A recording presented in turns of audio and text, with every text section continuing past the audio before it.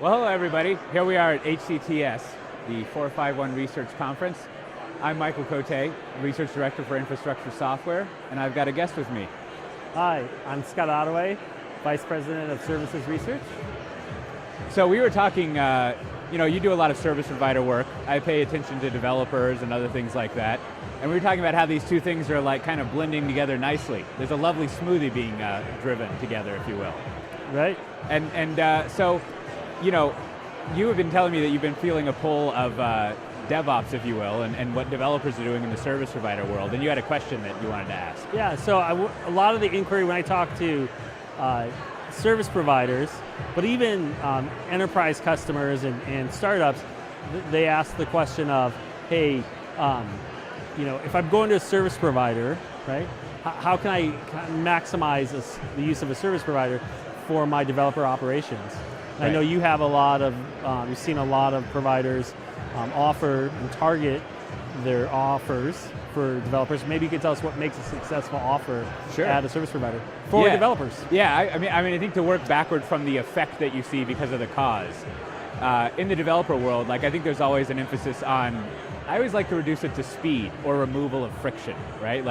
I don't want to wait for a long time to provision something. I want to get instantaneous results.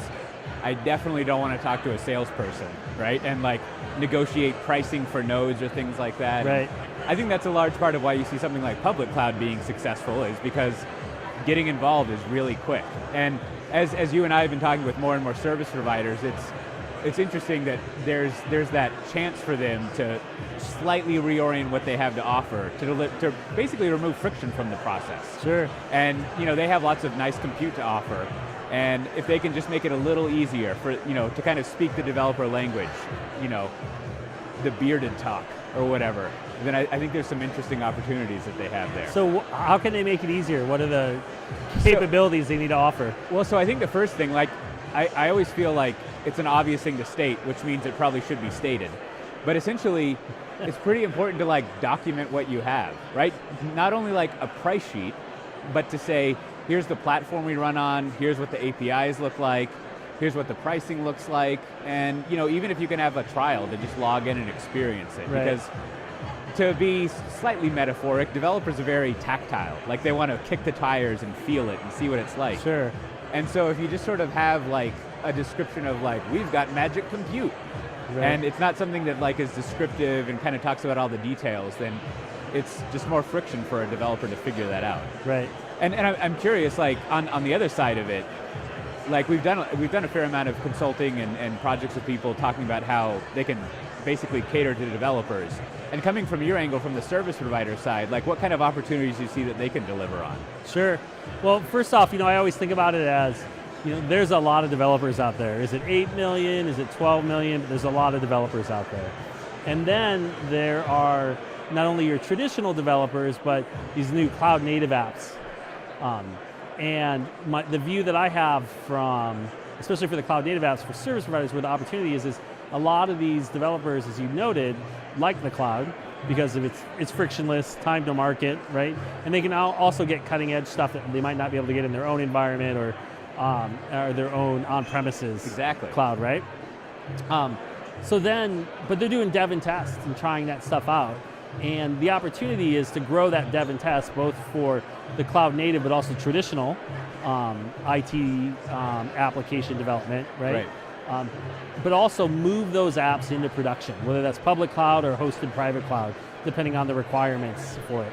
So there's lots of opportunities to target developers who are building the net new apps that are going to pull in a lot of infrastructure, especially if your platforms can integrate with on-premises, i.e. deliver hybrid cloud, and deliver on those scenarios. So it's a short-term and a long-term, developers are a short-term and a long-term growth segment for cloud service providers, especially as the amount of data and apps increase. Right, and I think you touched on another good point. It's not, it's not only the removal of friction, but there's this almost counterintuitive leap you make with developers where they actually kind of like nicely integrated stacks. At one angle, a developer likes to take a car apart and put it back together, metaphorically speaking. Right. but they kind of only want to do that once. Right. And so they tend to value, and we've been seeing this kind of in the market, they tend to value, I've got like my continuous integration system that closely couples, or integrates together with the infrastructure that I'll be deploying it to. Right. It also has, as they used to say, there's some opinions about the middleware that I should use. Like in particular, in the like database as a service area, I don't quite know how that's going to shake out, but it's an interesting set of opinions about this is what you want a database to be. And there's no like tuning, Sure. right? Like we just offer it. And so that, that seems like another interesting opportunity that service providers have, is to really like figure out this stack. And whether they do it on their own or they have partners to kind of deliver a pretty opinionated stack of things. Well, this has been great. Yeah, well great. Well, thanks for going over that, and we'll see everyone next time.